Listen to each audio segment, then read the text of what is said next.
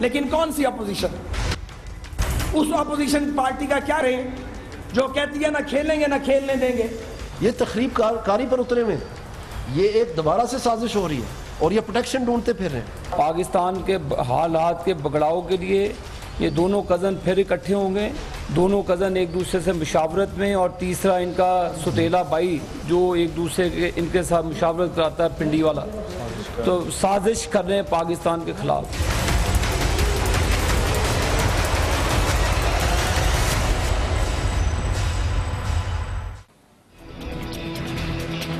ناظرین السلام علیکم۔ یہ تو ہمارے پروگرام کا فوکس پاکستان کی داخلی اندرونی سیاست پہ ہے، جہاں وزیر اعظم نواز شریف صاحب واپس آ چکے ہیں، اور ایک بار پھر ایسا لگتا ہے کہ پاکستان کی سیاست میں ایک ہلچل کی سی کیفیت ہے، ایسا لگتا ہے کہ کچھ ہونے والا ہے۔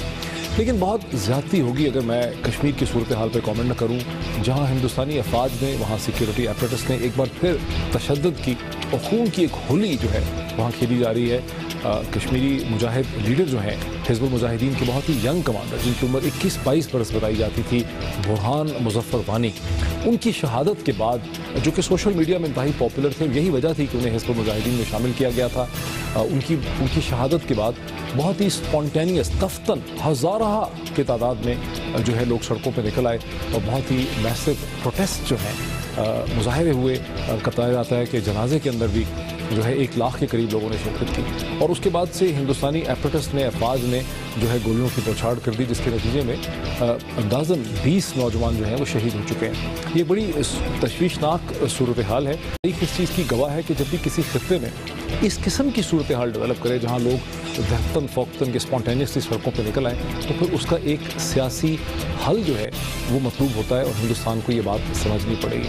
تاہم خود پاکستان کی سیاست میں، جہاں پاکستان کے فارن آفس نے تو اس پہ ایک بڑی مشکل سے ایک سٹیٹمنٹ دے دی ہے، ڈھیلی سی، لیکن پاکستان کی جو بڑی سیاسی جماعتیں ہیں ان کی لیڈرشپ کی طرف سے ایک مکمل خاموشی ہے، اور یہ بات بہت افسوسناک بھی ہے اور تعجب کی بھی بات ہے، بیکاز یہ جو اپیزمنٹ ہے ہندوستان کی طرف پاکستان کی حکمران جماعت کی اور تمام سیاسی جماعتوں کی، اس کے شاید لانگ ٹرم میں نتائج جو ہیں وہ بہتر نہ نکلیں۔ واپس آتے ہیں پاکستان کی سیاست میں۔ میرے ساتھ پاکستان کے prominent political analyst, columnist, author, television anchor جناب رؤف کلاسا صاحب میرے ساتھ ہیں۔ Very warm welcome to you Rauf. Thank you please sir. Rauf صاحب، وزیر اعظم واپس آ چکے ہیں، اپنے ساتھ ایک 777 کی بوئنگ کی کنٹروورسی بھی لے کر آئے ہیں۔ اب کامن لوگ یہ کہتے ہیں جی بادشاہ واپس آ گیا، مطلب نواز شریف ان کے آنے پہ عمران خان صاحب نے بھی یہ کہا ہے، اور یہ عام تاثر ہے کہ کچھ ہونے والا ہے۔ کیا ہونے والا ہے؟ وہ کہتے ہیں آواز خلق کو نکارہ خدا سمجھے۔ آپ نے کہا کہ عام آدمی کہتا ہے کہ بادشاہ سلامت واپس بڑی کامن ہو گئی ہے۔ بالکل آئی ایگری ود یو، اور پرٹیکولرلی جس چیز کا احساس نہیں ہے رولنگ ایلیٹ کو، آپ بھی بہت ایکٹیو ہیں سوشل میڈیا پہ۔ سوشل میڈیا ایک بہت بڑی پاور ہے، جیسے ابھی آپ ان کا کشمیری نوجوان کا بھی کہہ رہے تھے۔ اب اس سے دور رہنا یا اس کو نہ سمجھنا یا لوگوں کے موڈز کا اندازہ نہ کرنا کسی بھی رولنگ لیڈ کے لیے، پولیٹیکل پارٹی یا سوشل گروپ کے لیے اب نہیں، لیکن پی ایم ایل نے ایک ٹیکس پیئر کے خرچے پہ ایک ٹیم تو کھڑی کی ہوئی ہے سوشل میڈیا کی بہت بڑی، اس کا ایفیکٹ نہیں ہے۔ میں اسی پہ آ رہا ہوں، کروڑوں روپے یہ لگا چکے ہیں۔ یہ اس سے سیکھ نہیں رہے، ان کو ٹرینڈ سمجھ نہیں آ رہے کہ ایک یوتھ ہے، ایک پڑھی لکھی یوتھ ہے، اس میں کتنی فرسٹریشن آ رہی ہے، اس میں کتنا اینگر آ رہا ہے، غصہ آ رہا ہے، اور وہ آپ کو سوشل میڈیا پہ نظر آتا ہے۔ یہ کوئی جیلی قسم کا یہ غصہ نہیں ہے، نہ کوئی جیلی اکاؤنٹس بنائے ہوئے ہیں آپ نے، میں نے، یا بہت سارے لوگوں نے۔ یہاں لاکھوں کی تعداد میں لوگ موجود ہیں جو انٹریکٹ کرتے ہیں، ڈیبیٹ کرتے ہیں۔ اس میں یہ جو بات آپ کہہ رہے ہیں، آپ اور میں نے یہ بات نہیں شروع کی کہ بادشاہ سلامت آ رہے ہیں، یہ میڈیا نے بات نہیں شروع کی، یہ سوشل میڈیا پہ جو پڑھی لکھی یوتھ ہے، جو بے روزگار ہے یا جاب کرتی ہے یا اسکلڈ ہے، وٹ ایور، یہ ان کی طرف سے یہ کامنٹس آنا شروع ہو گئے کہ بادشاہ سلامت آ رہے ہیں۔ اور دنیا بھر میں جتنی چینجز ہیں ڈاکٹر صاحب، تو وہ ہماری یوتھ کو، ہماری سوسائٹی کو افیکٹ کر رہی ہیں، ان کا امپیکٹ آ رہا ہے۔ وہ چاہے اس کا ڈیوڈ کیمران کا استعفیٰ دے دینا 2-4% ووٹرز کی وجہ سے، یا دنیا بھر میں دیگر ہمیں لیڈرز نظر آتے ہیں۔ میسی کو دیکھ لیں، اتنا بڑا فٹ بالر انہوں نے اٹھا کے 21 مہینے اس کو سزا دے دی۔ اب جب ہماری یوتھ، ہماری سوسائٹی، لوگ یہ سنتے ہیں، پڑھتے ہیں کہ اس طرح کی دنیا میں چیزیں یہاں پہ ہوتی ہیں، اس کے بعد ان کی ڈیمانڈ ہوتی ہے کہ پاکستان میں کیوں نہیں۔ اچھا، یہ آپ نے بات بڑی دلچسپ کی ہے کہ پی ایم ایل این نے اور نواز شریف صاحب کی پارٹی نے ایک بہت بڑی مہنگی قسم کی سوشل میڈیا ٹیم کھڑی کی ہوئی ہے، بڑا خرچہ اس پہ، اس کی ایک گالیاں دینے کے لیے رکھی ہوئی ہے، گالیاں دینے کے لیے اس کے علاوہ کوئی کام نہیں، لیکن اس کا کوئی ایفیکٹ نہیں ہے، وہ کوئی نیریٹو شیپ نہیں کرتے۔ کیونکہ کل میں نے 2 سوال ڈالے بڑے ننے منے کہ بھئی اس پہ تحقیق ہونی چاہیے بوئنگ 77 کی کہ نہیں ہونی چاہیے، سوال پوچھا میں نے ٹویٹر پہ، اور اس کا میں نے دیکھا کہ ایک گھنٹے میں ہزاروں لوگوں نے اس پہ پارٹیسپیٹ کیا اور ان میں سے 90% لوگوں کا خیال تھا کہ اس کی انویسٹیگیشن ہونی چاہیے کہ یہ جہاز جو ہے یہ کس طرح سے سینکشن ہو گیا. ابھی ڈاکٹر صاحب یہ بہت بڑی پازیٹیو چیز ہے. میں اس کو پازیٹیو دیکھتا ہوں کہ ہماری یوتھ جو ہے یا پڑھا لکھا طبقہ جو ہے وہ پہلی دفعہ آ کے پارٹیسپیٹ کر رہے اور ان پہ حقیقی سوالات پہ آ کے ایشوز پہ بات کر رہے, کوسچنز کر رہے, ڈیبیٹ کر رہے, چیلنج کر رہے, کنفرنٹ کر رہے. آپ اس کو ذرا ملائیں اس کے ساتھ کہ آپ لوگوں سے ٹیکسز لے رہے ہیں. ایک طرف تو کہتے ہیں کہ لوگ آپ کو ٹیکسز نہیں دیتے, حالانکہ ابھی میرا کل فگرز ہیں FPR کے کہ 80% ان ڈائریکٹ آپ نے ٹیکسیشن کی, صرف 15% ڈائریکٹ ہے, 85% جو ہے آپ ہر ایک کی جیب سے پیسے نکال رہے ہیں. اچھا پیسہ نکال رہے ہیں, نکالیں, اب اس پیسے کا استعمال کیا کر رہے ہیں؟ ایک فلائٹ پہ اب آپ 30 کروڑ روپیہ لگائیں گے پاکستان جیسے ملک میں جس کے جہاں بلینز آف ڈالرز کے اب لون ہے, میرے کو 70 ارب ڈالر سے زیادہ ہو چکا ہے. 30 کروڑ تو نہیں ہوں گے, کم ہوں گے, لیکن بہت بڑا خرچہ ہو. ایون دین اور ابھی تک ڈینائی نہیں کیا حکومت نے کہ 30 کروڑ نہیں ہے, نہ PA کی طرف سے ڈینائی ہے. سو میں تو اس کو ابھی تک اب کہہ سکتا ہوں ایک ان کی طرف سے. اچھا ایک اور چیز چھوڑ دی گئی ہے کہ کیمپ آفس تھا جو کہ نہیں تھا. یہ تو میرا خیال بہت بڑا ڈرامہ ہے, مذاق ہے, اور اس کو کانسٹیٹیوشنلی طور پر دیکھنا پڑے گا کہ کیا پاکستان سے باہر کیمپ آفس بنایا جا سکتا ہے, آپ اس کو پورے کا پورا شفٹ کر سکتے ہیں. کیا پاکستان کی یا آفیشیل سیکرٹ فائل جو ہیں جو آپ کی نیشنل سیکورٹی سے ہو سکتی ہیں, ڈومیسٹک سیکورٹی سے ہو سکتے ہیں, جس میں بہت ساری چیزیں ایسا تو نہیں ہے کہ جی حضوریوں نے سفارشیوں نے جی حضوریوں نے وزیر اعظم کو خراب کیا اس میں جہاز والے مسئلے. وہ تو باہر تھے بیچارے, یہ یہاں سے کسی نے فیصلہ کر لیا کہ جناب ایک پلنگ لگا کے جہاز بھیج. ڈاکٹر صاحب الٹیمیٹلی رسپانسبلٹی تو آپ پہ آتی ہے, چاہے آپ کے خوش آمدی ہوں, تبلچی ہوں, ڈرم بیٹرز ہوں, آپ کو غلط مشورے دے رہے ہوں, صحیح دے رہے ہوں, آپ نے اگر ایکسیپٹ کر لیا ہے تو پھر آپ اس کا فیصلے کا حصہ ہیں, آپ کو ایکسیپٹ کرنا پڑے گا. اگر میرے جیسے کسی خوش آمدی نے آپ کو یہ مشورہ دیا بھی تھا کہ ہز میجسٹی ہز ایکسیلنسی آپ کو ایک عام طیارے پہ نہیں آنا چاہیے, یا آپ کو وہاں سے چارٹر فلائٹ نہیں کر لینی چاہیے, آپ کو یہاں سے بوئنگ آپ کے لیے جانا چاہیے, تو پھر آپ کو نہیں ماننا چاہیے تھا. ایک جو ڈاکٹر صاحب میرے لیے ورثم ایک جو بات میں دیکھ رہا ہوں, مشرف دور بھی ہم نے دیکھا, پیپلز پارٹی کا بھی دیکھا ہے. ہاں جب اس وقت کوئی بات آتی تھی, پرٹیکولر مشرف دور کی میں کہہ رہا ہوں, جو ان کے 8 سال میں نے ایز اے رپورٹر کے طور پر کام کیا, کہ جب آپ کو خبر کرتے تھے, اسکینڈل کرتے تھے, سٹوری کرتے تھے, تھوڑی سی کہیں نہ کہیں پہ ایکٹنگ کی جاتی تھی. شوکت عزیز کر رہے ہیں, مشرف کر رہے ہیں, جو بھی کر رہے ہیں, اور ایکٹنگ یہ ہوتی تھی کہ ہاں جی کہ ہم نے اس پہ کچھ ایکشن لے رہے ہیں, کچھ انکوائری کر رہے ہیں, ہاں ہم اس کو پروب کر رہے ہیں. ایک سینسٹیوٹی شو کرتے ایک سینسٹیوٹی تھی. اب کی دفعہ آپ کو لگتا ہے کہ ڈیم کیئر ایٹیچیوڈ ہے, جو کرنا ہے آپ نے کرتے رہے, جو اسکینڈلز آتے ہیں, سٹوریز آتی ہیں, جو کچھ ایکسپوز ہو رہا ہے ہوتا رہے, ہمیں تو کوئی کنسرن ہے نہ کچھ ہمارا کوئی کر سکتا ہے. آدھی کی بات کو آگے بڑھاتا ہوں کہ ایئرپورٹ پہ لاہور پہ تو وزیر اعظم نے یہ کہا کہ سب چیزیں ٹھیک ہو جائیں گی, مجھے معاملات کو ڈیل کرنا آتا ہے, لیکن پرائیویٹلی یہ پتہ چلا ہے کہ وہ بڑے غصے میں ہیں, وہ کہہ رہے ہیں میں سب کو سیدھا کر دوں گا, فوج سمیت میں سب کو سیدھا کر دوں گا. یہ آپ کو صحیح پتہ چلا ہے, ویسے پرائیویٹلی بھی اگر آپ کو پتہ چلا ہے, کیونکہ اگر آپ دیکھیں کہ جن لوگوں کو میاں صاحب نے لندن بلایا تھا, ویسے تو بہت سارے یہاں سے گئے تھے, یہ سینکڑوں کی تعداد میں لوگ گئے تھے میاں صاحب سے ملنے کے لیے, اور بڑے بڑے اہم لوگ ہیں جن سے میاں صاحب نہیں ملے, اور ان کے گھر پہ وزیر اعظم ہاؤس کی طرف سے 1-2 لائنز کا ایک لیٹر آف تھینکس پہنچ گیا تھا. بڑے خوش ہیں, بلکہ بعض بڑے بڑے لیڈرز جو ہیں ان کو میں نے دیکھا اپنے فیس بک کے پیج پہ بھی لگایا ہوا تھا کہ وہ کاغذ کے دیکھے میاں صاحب کی طرف سے مجھے اس کا شکریہ کا مجھے ان کا آیا ہوا ہے کہ جی میں نے ان کو پوچھنے کے لیے کیا تھا.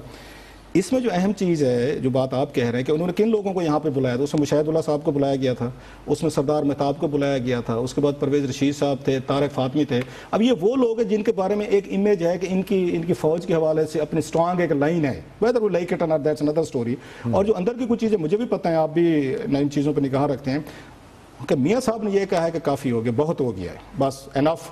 آپ کی دفعہ آپ دیکھیں گے میاں صاحب ایک اگریسو ٹون میں آئیں گے. اور دوسرا جو مجھے پتہ چلا ہے, ایک آپ کے ساتھ میں خبر تھوڑی سی شیئر کرتا جاؤں, وہ یہ ہے کہ میاں صاحب کی جب ملاقات ہوئی ہے شہباز شریف صاحب سے, تو میاں صاحب ان سے خوش نہیں ہیں. شہباز شریف سے جی, انہوں نے کہا ہے کہ آپ تو کہتے تھے جناب مشرف کو جانے دیں تو یہ ساری چیزیں ٹھیک ہو جائیں گی. اچھا, آپ کے کہنے پہ میں نے جناب مشرف کو جانے دیا تھا.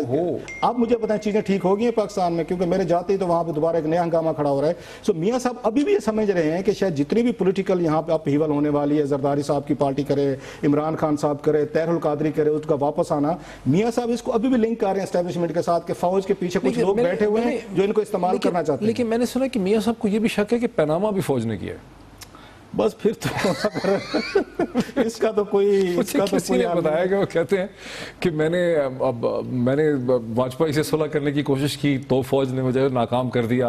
میں نے ابھی مودی صاحب یہاں تشریف لائے, پھر انہوں نے پٹھان کوٹ کر دیا, پہلے انہوں نے ممبئی کر دیا, اب انہوں نے پیناما میرے خلاف کر دیا, یہ سب کچھ کر دیا ہے, ادھر کر دوں. باقی اعتراضات ان کے جینوئن ہو سکتے ہیں, جو باتیں آپ نے باقی بتائی ہیں وہ میں بھی آپ سے پہلے ہو سکتی ہیں, لیکن پیناما آف کورس کہ پوری دنیا میں آیا ہے, پوری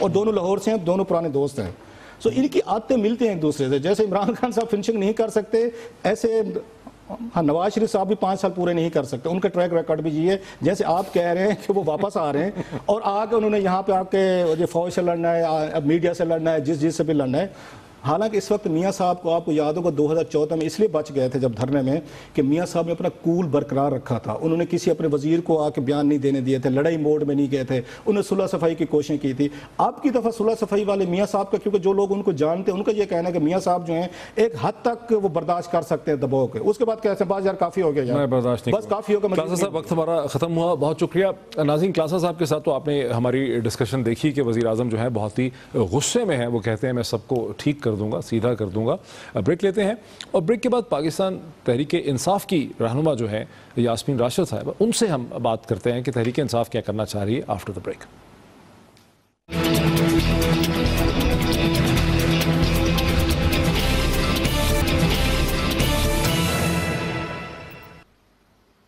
ناظرین, ویلکم بیک. جیسا کہ میں نے پہلے کہا کہ پاکستان کی سیاست میں وزیر اعظم کے آنے کے بعد, ایک بار پھر نواز شریف صاحب کے آنے کے بعد ایک ہلچل کی سی کیفیت ہے, اور اس میں جو کی ڈیولپمنٹس ہیں وہ یہ ہے کہ پی ایم ایل این کی پارلیمانی کمیٹی کی میٹنگ کال کر لی گئی ہے. آج شیخ رشید صاحب سے ملاقات کی ہے طاہر القادری صاحب نے اسلام آباد آ کے, اور جب عمران خان صاحب لندن پہنچے تو وہاں اخبار نویسوں سے بات کرتے ہوئے انہوں نے کہا کہ وہ پی ایم ایل این کے خلاف ایک تحریک چلائیں گے, عوام میں شعور پیدا کریں گے کہ انہیں عوام کو, پاکستان کے عوام کو یہ فیصلہ کرنا ہے کہ انہیں جمہوریت میں رہنا ہے یا انہیں بادشاہت میں رہنا ہے. عمران خان صاحب نے کہا کیا, ایگزیکٹ ورڈز ان کے کیا ہیں, وہ بھی میں آپ کو سناتا ہوں. کیا میرا پروگرام ہے یہ بڑا نون لیگ کے لیے خوفناک پروگرام بن رہا ہے. وہ نہیں, ابھی دھرنا تو اینڈ میں ہوگا. اس سے پہلے ملک میں لوگوں کو تیار کروں گا کہ یا تو آپ نے ایک بادشاہت کے نیچے رہنا ہے یا ایک جمہوریت اور آزاد قوم بن کے رہنا ہے جدھر قانون سب کے لیے. یہ نہیں کہ یہ شریف خاندان بادشاہ بنے ہوئے ہیں اور نون لیگ کو شرم نہیں آتی کہ 30 سال میں ایک ان کو آدمی نہیں ملا. جب پرائم منسٹر باہر گیا تو ان کا کوئی جا کے پرائم منسٹر کی جگہ لے, وہ بھی بیٹی بیٹھ جاتی ہے وہاں. ادھر اس کا سلمان شہباز ہے, وہ ساری سی پیک کی میٹنگ میں پار کی وہ فیصلے کر رہا ہے. یہ اسی بادشاہت کے خلاف یہ قوم کھڑی ہوگی. ہم جمہوریت چاہتے ہیں, آزادی چاہتے ہیں. بادشاہت کے خلاف یہ قوم کھڑی ہوگی. عمران خان صاحب کہتے ہیں کہ بادشاہت کے خلاف یہ قوم جو ہے کھڑی ہوگی. اب مجھے جوائن کر رہی ہے پاکستان تحریک انصاف کی سینئر رہنما جناب ڈاکٹر یاسمین راشد صاحبہ لاہور سے, جنہوں نے 2013 میں نواز شریف صاحب کے خلاف NA 120 سے الیکشن بھی لڑا, اور ابھی حال ہی میں انہوں نے نواز شریف صاحب کی ڈسکوالیفیکیشن کے لیے ایک پٹیشن یا ایک ریفرنس جو ہے وہ بھی دائر کیا ہے. ڈاکٹر صاحبہ السلام علیکم, وارم ویلکم. السلام علیکم جی.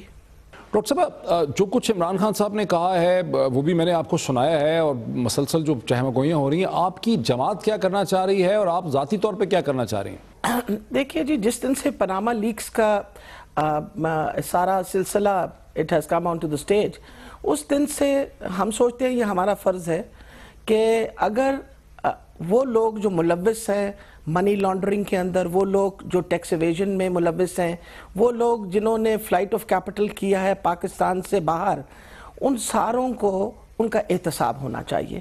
اور اس سلسلے کے اندر کیونکہ پرائم منسٹر کی family and prime minister were a part of it, کیونکہ یہ ہم نے تو نہیں کیا, یہ تو آپ کو پتہ journalist international consortium of journalist نے یہ کیا.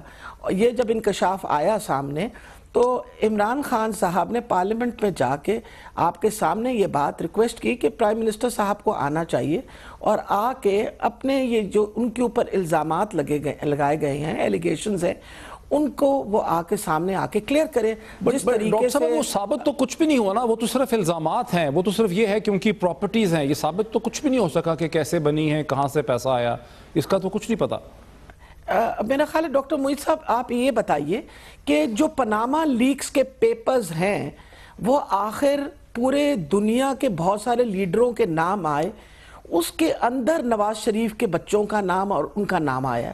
اب یہ تو آپ کہتے ہیں نا پروف بائی اٹ سیلف, آپ پاناما پیپرز جو وہ انہوں نے انکشاف کیا ہے, all those papers are available, وہ ویب پہ اویلیبل ہے, ہم نے وہ منگوا لیے ہیں پیپرز, پیپل پارٹی نے منگوا لیے ہیں papers, those papers are available. سب سے امپورٹنٹ یہ چیز ہے کہ جو الزامات دیے گئے ہیں وہ تو آلریڈی ان کے بیٹوں نے ان کا باقاعدہ ایکسپٹ کر دیے تھے. لیکن آپ نے تو پٹیشن نواز شریف صاحب کے خلاف دائر کی ہے نا, وہ تو پی ایم ایل این کے سورسز تو پھر یہ کہتے ہیں, پی ایم ایل این کے لیڈران تو یہ کہتے ہیں کہ بچوں کے اکاؤنٹس ہیں, جو کچھ بھی ہے پراپرٹیز ہیں, وہ تو نواز شریف صاحب کی اولاد کی ہیں, لیکن آپ نے تو پٹیشن نواز شریف صاحب کی ڈسکوالیفیکیشن کی ڈال دی ہے. میں آپ کو یہی بتانا چاہ رہی ہوں, late me make it very clear, کہ نواز شریف صاحب نے اپنے کاغذ جو جمع کرائے تھے الیکشن کمیشن کے اندر, جب ہم الیکشن لڑے ایک دوسرے کے خلاف, اس کے اندر انہوں نے اپنے 2 ڈیپینڈنٹ شو کیے, ایک ان کی بیگم اور ایک ان کی بیٹی مریم نواز. جب تک تو انہوں نے ان کے کوئی ایسٹس اور نہ کوئی لائبلٹی اس میں ڈکلیئر کی. اب جب پاناما لیکس آئی ہیں تو اس کے اندر Maryam Nawaz owns offshore companies, Nescoll is one of them, اور she is the sole shareholder of that company. ان چیزوں کا انکشاف آلریڈی ان کے بھائیوں نے, وہ ویڈیوز اویلیبل ہیں جس پہ انہوں نے انکشاف کیا ہوا ہے کہ ہماری بہن جو she owns that property. اب مقصد یہ ہے کہ اگر وہ ان کی ڈیپینڈنٹ تھی تو یہ liabilities and assets why were they not declared, اگر وہ آپ ڈکلیئر نہ کریں. ڈاکٹر صاحب میرا سادہ سوال ہے ویورز کے لیے, میں سمجھنا چاہتا ہوں, میں آپ سے سمجھنا چاہتا ہوں, کیا نواز شریف صاحب پہ یہ واجب تھا قانونی طور پہ کہ وہ اپنے ڈیپینڈنٹس کے بھی ایسٹس جو ہیں وہ آگے سارے ڈکلیئر کرتے؟ جی بالکل, according to the election commission rules and constitution of Pakistan, any person جو بندہ الیکشن کنٹیسٹ کر رہا ہے اس کے اوپر جتنے لوگ ڈیپینڈنٹ ہیں ان کے وہ ایسٹس اور لائبلٹیز وہ اپنے ضرور ان کو باقاعدہ ان کو اناؤنس کرنے پڑتے ہیں, بتانے پڑتے ہیں. بلکہ یہ ہوتا ہے کہ اگر وہ ممبر بن جائے نیشنل اسمبلی کے تو ہر سال مزید اگر کوئی ایسٹس ڈیولپ ہوتے ہیں تو وہ بھی بتانے پڑتے ہیں. اچھا, لیکن ڈاکٹر صاحب اب یہ ہے کہ الیکشن کمیشن تو مکمل ہی نہیں ہے, جہاں تک ہمیں پتہ ہے کہ اس کی تو تعداد پوری نہیں ہے, اس پہ تو اپوائنٹمنٹس ہونی ہے, تو پھر آپ کی جو یہ اپلیکیشن یا ریفرنس ہے اس کا پھر اب سٹیٹس ہے کیا, اس کا ہوگا کیا؟ دیکھیں ڈاکٹر صاحب, آپ کو پتہ ہے ہم تو بلیو کرتے ہیں انسٹیٹیوشنز میں. یہ تو نہیں ہے کہ اگر کوئی کل بندہ ریٹائر ہو جائے تو وہ انسٹیٹیوشن ختم ہو جاتی ہے. حکومت کو یہ پتہ تھا کہ الیکشن کمشنر سارے ریٹائر ہونے والے, یہ تو ان کی نااہلی تھی کہ انہوں نے اس سے پہلے اس پہ کام کر کے الیکشن کمیشن کے بندے کیوں نہیں لگائے. وہ اسی وجہ سے نہیں لگائے because they were scared that things are going to come up, جو ان کو مسئلے پڑیں گے الیکشن کمیشن کے اندر, جان بوجھ کے ڈیلے کیا گیا. اب 45 ڈیز چاہیے تھے کہ نئے الیکشن کمشنرز لگ جائیں. دس از دی رول کہ 45 دن کے اندر ریٹائرمنٹ کے بعد نئے الیکشن کمشنرز لگنے چاہیے. 27 تاریخ کون سی دور رہ گئی ہے, 27 تاریخ تک ان کو وہ الیکشن کمشنرز لگا دیں گے. ہم نے جہاں اتنا عرصہ صبر کیا ہے 27 تاریخ تک صبر کر لیں گے, اور اس کے بعد تو آپ یہ کہہ رہی ہیں کہ 27, آپ یہ کہہ رہی ہیں, میں تھوڑی وضاحت سمجھ جاؤں کہ اپنے ویورز کے لیے, آپ یہ کہہ رہی ہیں کہ 27 جولائی سے پہلے الیکشن کمیشن کے نئے ممبران کی تعیناتی یا اپوائنٹمنٹس حکومت کو کرنی پڑیں گے؟ جی بالکل, یہ دس از دا رول کہ within 45 days of the retirement of the previous election commissioners نئے الیکشن کمشنر وہاں لگ جانے چاہیے. 45 دن 27 جولائی کو مکمل ہو جائیں گے, اور 27 جولائی کے بعد ہماری اپلیکیشنز وہاں پڑی ہوئی ہیں. ہم امید رکھتے ہیں کہ اس کی شنید ہوگی, because this is the right forum کہ جہاں شنید ہونی چاہیے. ٹھیک, لیکن آپ کی پارٹی کے چیئرمین رہنما عمران خان صاحب جو ہیں وہ تو مسلسل اندیا دے رہے ہیں کہ اگر کوئی پروگرس نہ ہوئی تو پھر میں لاہور کا رخ اختیار کروں گا, ہم تحریک چلائیں گے, سڑکوں پہ نکلیں گے, بادشاہت اور جمہوریت میں فیصلہ ہوگا. وہ کیا ہے سب کچھ؟ ڈاکٹر صاحب آپ دیکھیے, جب خان صاحب نے پہلی دفعہ دھاندلی پہ بات کی, ہمیشہ وہ پہلے اسمبلی میں جاتے. اس وقت آپ کو یاد ہے چودھری نثار صاحب نے اس بات کا وعدہ کیا کہ آپ 4 حلقوں کی بات کر رہے ہیں, ہم 40 حلقے کھولیں گے. مسلسل دباؤ ڈالنے کے باوجود وہ 4 حلقے نہیں کھلے. اس کے بعد جب ہر دروازہ کھٹکھٹا لیا اور ہر فورم پہ جا گئے تو پھر اس کے بعد تنگ آ کے مجبور ہو کے ہمیں جانا پڑا سڑکوں کے اوپر. یہ حکومت ہمیشہ ہمیں مجبور کرتی ہے. میں آپ کو دوبارہ کلیئر کروں کہ خان صاحب نے اس مرتبہ بھائی پارلیمنٹ میں گئے اور انہوں نے کہا کہ نواز شریف صاحب آپ خود آ کے بتا دیجئے اور کلیئر کر دیجئے, یہ منی ٹریل بتا دیجئے, یہ جو الزامات لگے یہ آپ ہم پہ کلیئر کر دیجئے. اگر وہ کلیئر کر دیتے جس طرح ڈیوڈ کیمرون نے کیا تو مسئلہ ہی ختم ہو جاتا. پھر جان بوجھ کے ان لوگوں کے جو انہوں نے ٹی او آرز آپ کو پتا ہے پہلی دفعہ بھیجے گئے تھے چیف جسٹس کو, اس کے اندر آلریڈی اتنے نقص تھے کہ چیف جسٹس نے اٹھا کے ان کو واپس بھجوا دیے. انہوں نے کہا کہ آپ اپوزیشن کے ساتھ مل کے اور آپ اکٹھے ٹی او آرز بنائیں. اب جو ٹی او آرز پہ کیوں رکاوٹ ہوئی؟ 75% تو ٹی او آرز کے اوپر سب مان بیٹھے تھے. وہ صرف اس بات پہ انسسٹ کرتے ہیں کہ نواز شریف صاحب اور ان کی فیملی جو ہے اس کا نام آپ ہٹائیے. مقصد یہ ہے کہ نواز شریف صاحب از the chief executive of Pakistan. الزام ایک چیف ایگزیکٹو اور اس کی فیملی پہ لگا. سب سے پہلے تو چیف ایگزیکٹو اپنا الزام کلیئر کریں گے تو پھر آپ باقیوں کے جو باقی جتنی لسٹ ہے, ہم تو کہتے ہیں کراس دا بورڈ آپ سب کا احتساب کریں, کسی کو نہ چھوڑیں. میں تھوڑا سا سمجھنا چاہتا ہوں کہ اگر نواز شریف صاحب کا نام اس میں سے نکال دیں ان کے گھر کا تو باقی بچے گا کس کا نام؟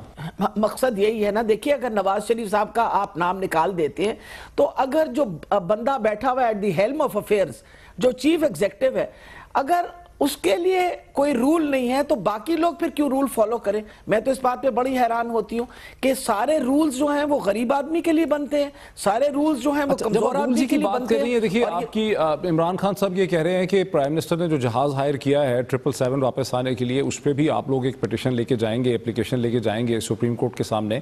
لیکن پی ایم ایل این کے سورسز کا کہنا ہے کہ آئین پاکستان کی وجہ سے وزیر اعظم کسی بھی جہاز کو اپنے لیے سروسز کے لیے ہائر کر سکتے ہیں. تو پیسے دے دیں اس کے, آپ کو پتا ہے پیسے دے دینا. ہائر کرنے پہ کس نے انکاری کی ہوئی ہے؟ ہم نے تو نہیں کہا کہ آپ ہائر نہیں کر سکتے. میرا خیال ہے آئین یہ کہتا ہے کہ وہ بغیر چارجز کے پرائم منسٹر جو ہے وہ کوئی بھی ایئر کرافٹ یا کوئی بھی شپ جو ہے. ہمیں بتائیں کہ آئین کا کون سی شک ہے. میں آپ کو let me make it clear, جو پی آئی اے ہے it's a corporation, it's a state owned corporation. اس کا مطلب ہے کہ کل وہ کہیں کہ جی میں نے پاکستان سٹیل مل سے اتنی سٹیل لینی ہے, وہ اپنے گھر پہ جا کے لگوا دیں کیونکہ وہ کہتے ہیں میں پرائم منسٹر ہوں پاکستان کا. یہ کہاں کے رولز اور ریگولیشنز ہیں؟ آپ کو میں کلیئر کر دوں, نہ صرف یہ کہ وہ پی آئی اے کی فلائٹ جس کو انہوں نے استعمال کیا ہے, جتنا انہوں نے پیسنجرز کو اذیت دی ہے اس کا تو کوئی مقابلہ نہیں ہے. 560 passengers were offloaded for 24 hours. یہ فلائٹ پی کے 711 تھی. اس نے Karachi, Lahore, Manchester, New York جانا تھا. It was fully booked. اس کو ڈائیورٹ کر کے انگلینڈ بھیجا گیا. اس یو کے میں جو یہ جو پٹیشن ہے اس کیس کی, یہ کب فائل کر رہے ہیں آپ لوگ؟ اگلے چند دنوں میں؟ جی انشاءاللہ اگلے ہفتے کے اندر بالکل فائل کریں گے. وجہ یہ ہے کہ میں آپ سے معید ایک بات پوچھنا چاہتی ہوں. آپ تو مجھ سے سوال پوچھ رہے ہیں کہ ایز اے ٹیکس پیئر, آپ اور میں ٹیکس پیئر ہیں, ہمارے پیسوں سے سٹیٹ کارپوریشنز جو ہیں they are part of the state owned, it's a state owned airline. اگر اس کی کوئی غلط استعمال ہو تو آپ کو اور میرا حق نہیں ہے کہ ہم پوچھیں. ہمارا حق ہے کہ ہم پوچھیں کہ آپ نے کس طرح کیا ہے. ڈیفینیٹلی جی آپ دیکھیں 50 لاکھ وقت میرا یہاں پہ ختم ہوا. میں آپ کی بات سمجھ گیا ہوں, یہاں پہ وقت ہمارا ختم ہوا. اسی چیز پہ ہم مزید بات کر رہے ہیں. ناظرین ایک بریک لیں گے اور بریک کے بعد پی آئی اے کا جہاز جو ہے 777 اس کو کیوں ہائر کیا گیا, کیسے ہائر کیا گیا, اس کے کیا فیکٹس ہیں, اس پہ مزید ہم بات کرتے ہیں ایکسپرٹس کے ساتھ آفٹر دا بریک. بہت شکریہ, تھینک یو.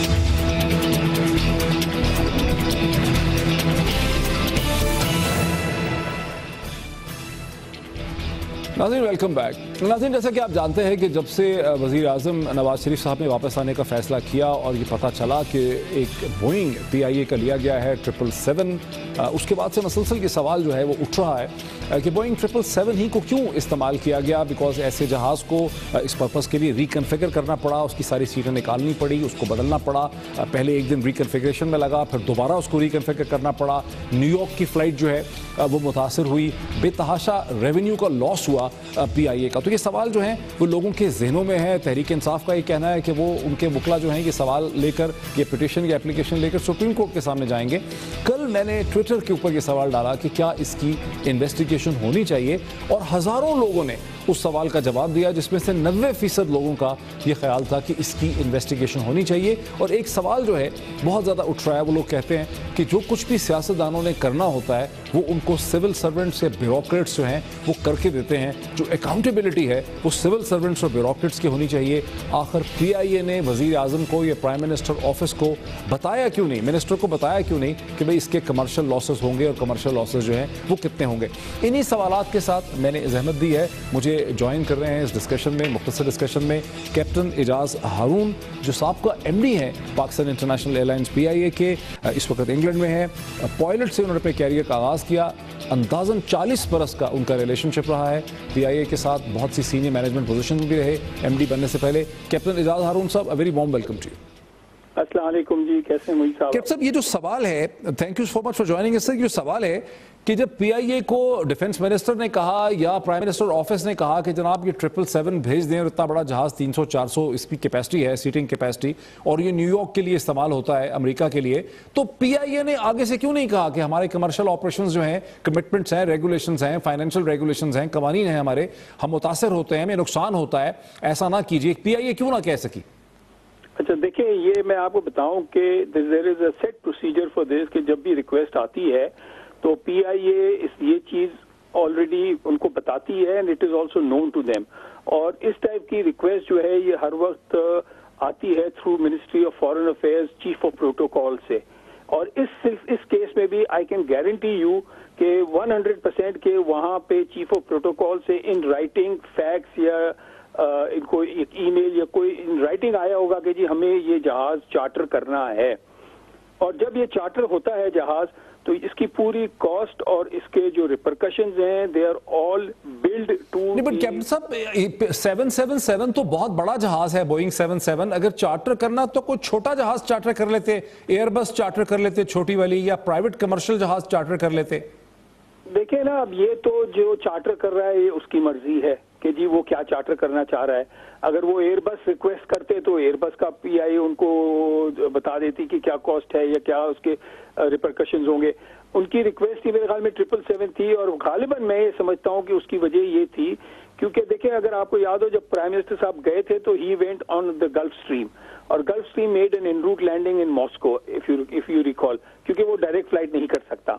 اور اس میں بھی اس مرتبہ ان کو ہوگا کہ they wanted to come direct, that is why they did not use a 320. نہیں, لیکن اگر ڈائریکٹ فلائٹ نہیں کر سکتا گلف اسٹریم, اور اگر وہ راستے میں سفر بریک بھی کرتا 2-3 گھنٹے کا, تو اس سے کیا ہو جاتا, اس کو کتنے گھنٹے رکنا پڑتا؟ وہ تو ایک میکسیمم 45 منٹس کا سٹاپ اوور ہوتا ہے ریفیولنگ کا, اٹس اے ٹیکنیکل. بٹ اب وہ تو دیکھیں نا, جو بندہ پے کرے گا یا جو جہاز چارٹر کر رہا ہے وہ اس کی ریکوائرمنٹ ہے. If he wants to fly direct and they requested for a 777, so PIA made it available to them, and I'm sure لیکن کیپٹن صاحب یہاں تو یہ دعویٰ کر رہے ہیں لوگ کہ کروڑوں روپے کا پی آئی اے کو نقصان ہو گیا ہے. لوگ تو 30 کروڑ کہہ رہے ہیں, لیکن اندازاً بھی کم از کم 7-8-10 کروڑ کا نقصان ہے یہ. ہاں میرا خیال 30 تو نہیں ہوگا. دیکھیں میں آپ کو بتاؤں, اس میں جو کاسٹ آف جو پی آئی کے جو 777 کی ٹوٹل آپریٹنگ کاسٹ میرے اندازے سے جو ہے نا 18 یا 20 لاکھ روپے پر آور ہوگی, ٹھیک ہے. اور یہ آپ لگا لیں, یہ فلائٹ جو ہے یہ اگر انہوں نے کی ہے تو کراچی سے لاہور, لاہور سے پھر لنڈن, لنڈن سے پھر لاہور, اور اگر کراچی تک کا آپ لگائیں تو 19 آورز کی تقریباً فلائٹ بنتی ہے. تو that itself comes up to you know about تقریباً 35-36. سر یہ تقریباً 3 سے 4 لاکھ ڈالر بن جاتے ہیں سر. جی ہاں, اباؤٹ تقریباً اتنے 4 لاکھ کے قریب ڈالر بن گئے. یہ تو total operating cost of the aircraft ہو گئی. پھر اس میں ہے کہ آئی ایم شیور کوئی نہ کوئی جہاز یو نو کی جانے کی وجہ سے اور فلائٹ افیکٹ ہوئی ہوگی. Since this is a 300 definitely it must be a New York flight جو افیکٹ ہوئی ہوگی. اور وہ نیو یارک فلائٹ کا آپ اگر اس کا بھی پھر یہ ساری کاسٹ لگائی جاتی ہے.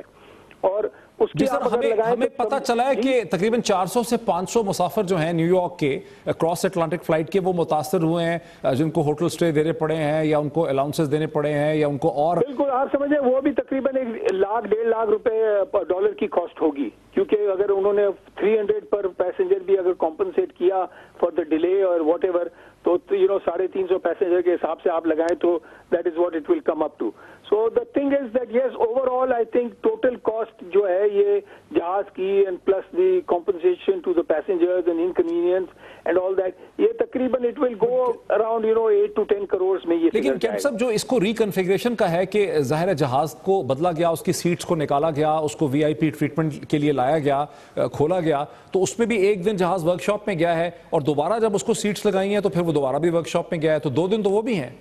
ہاں وہ بھی ہیں, وہی میں کہہ رہا ہوں نا کہ یہ سارے ریپرکشنز وغیرہ سب لگا کے جو ہے نا it will the figure will be well within 10 crore rupees. It will not be 30 crore. MD صاحب کیا PIA نے آگے سے کیا PIA کو ریٹن انسٹرکشن جو ڈائریکٹر فلائٹ آپریشنز ہیں ان کو ریٹن کچھ آیا ہوگا, ان کے پاس کوئی پروف ہوگا؟ Yes, he has. I'm sure he has it in writing from the chief of protocol through Ministry of Foreign Affairs کے through, اور اس کے بغیر تو سوال ہی نہیں پیدا ہوتا کہ PIA جہاز دے. I mean, this I can guarantee you that this system is very well set in PIA because اس میں جتنے بھی لوگ ہیں جو جہاں پہ آج کام کر رہے ہیں پچھلے سالوں میں they are all trained کہ جی اس کے بغیر تو there is no question کہ جی یہ, اور اسی رائٹنگ کی بیسس کے اوپر آپ یہ کہہ رہے ہیں سر کہ پرائم منسٹر آفس کو یہ 8-10 کروڑ روپے PIA کو اب ری ایمبرس کرنے ہوں گے؟ 100% اس کے بغیر کوئی گزارا ہی نہیں ہے, کیونکہ اگر یہ نہیں کیا تو پھر یہ پبلک اکاؤنٹ کمیٹی میں آ جائے گا because this will be in the audit کہ جی یہ پیمنٹ کیوں نہیں آئی, اور یہ آئے گی, دیر از نو کوشچن, کیونکہ جتنی بھی فلائٹیں ہوئی ہیں always it has the money has always come into the PIA. نہیں لیکن سر یہ تو PIA کی طرف سے تو یہ کہہ دیا گیا ہے کہ وزیر اعظم کا ایک کیمپ آفس تھا جس پہ بڑی کنٹروورسی ہے کہ کیمپ آفس تو غالباً تھا ہی نہیں وہاں پہ. اب یہ تو دیکھیں نا, آئی تھنک کسی نے بہت ہی مطلب بیوقوفانہ حرکت کی ہے جو اسٹیٹمنٹ دیا کہ جی کیمپ آفس تھا, بیکاز میرے خیال میں اس فلائٹ میں ٹوٹل تو 20 پیسنجر تھے. سو کیمپ آفس اگر 20 پیسنجر تھے تو I mean there is no justification of giving that reason. باقی یہ ہے کہ if you are willing to pay. Sir camp office تو تھا ہی نہیں, کیونکہ نوٹیفیکیشن بھی کوئی کیمپ آفس ہوتا تو پہلے نوٹیفیکیشن ہوتا نا اس کا مطلب. آپ یہ تو دیکھیں میرے خیال میں آئی تھنک یہ کسی نے بڑی غلطی کی ہے PIA میں, جو بھی صاحب جنہوں نے یہ کسی نے یہ اسٹیٹمنٹ دیا, but this I can assure you کہ this has it must have come in writing. Without that PIA cannot give, and this will be billed, and it will, once it is billed it has to be paid. There is no question of not paying this amount. لیکن captain صاحب PIA کی طرف سے, حکومت کی طرف سے تو مسلسل خاموشی ہے, کوئی ایکسپلینیشن دی ہی نہیں گئی ابھی تک. اب اس میں تو دیکھیں نا, I think probably most of the people are not aware, اور جس طرح آپ نے کہا کہ نیچے کے کچھ لوگ ہوتے ہیں وہ کوشش کرتے ہیں کہ جی ہم اس کو وہ کر دیں, but it will not happen like this, it can not happen because it has never happened like this. بہت شکریہ کیپٹن اعجاز ہمیں جوائن کر رہے تھے. کیپٹن اعجاز ہارون صاحب سابقہ MD لندن سے, برطانیہ سے, PIA کے سابقہ MD, اور وہ ایکسپلین کر رہے تھے کہ کچھ بھی ہو پرائم منسٹر آفس کو اس کی کاسٹ جو ہے چاہے 8 کروڑ ہو یا 10 کروڑ ہو, 30 کروڑ نہیں ہوگی, وہ پے کرنی پڑے گی, ورنہ کوئی معاملہ جو ہے یہ پھر پبلک اکاؤنٹس کمیٹی میں جائے گا. ناظرین آج اتنا ہی, اگلے ہفتے آپ سے ملاقات ہوتی ہے. بہت شکریہ.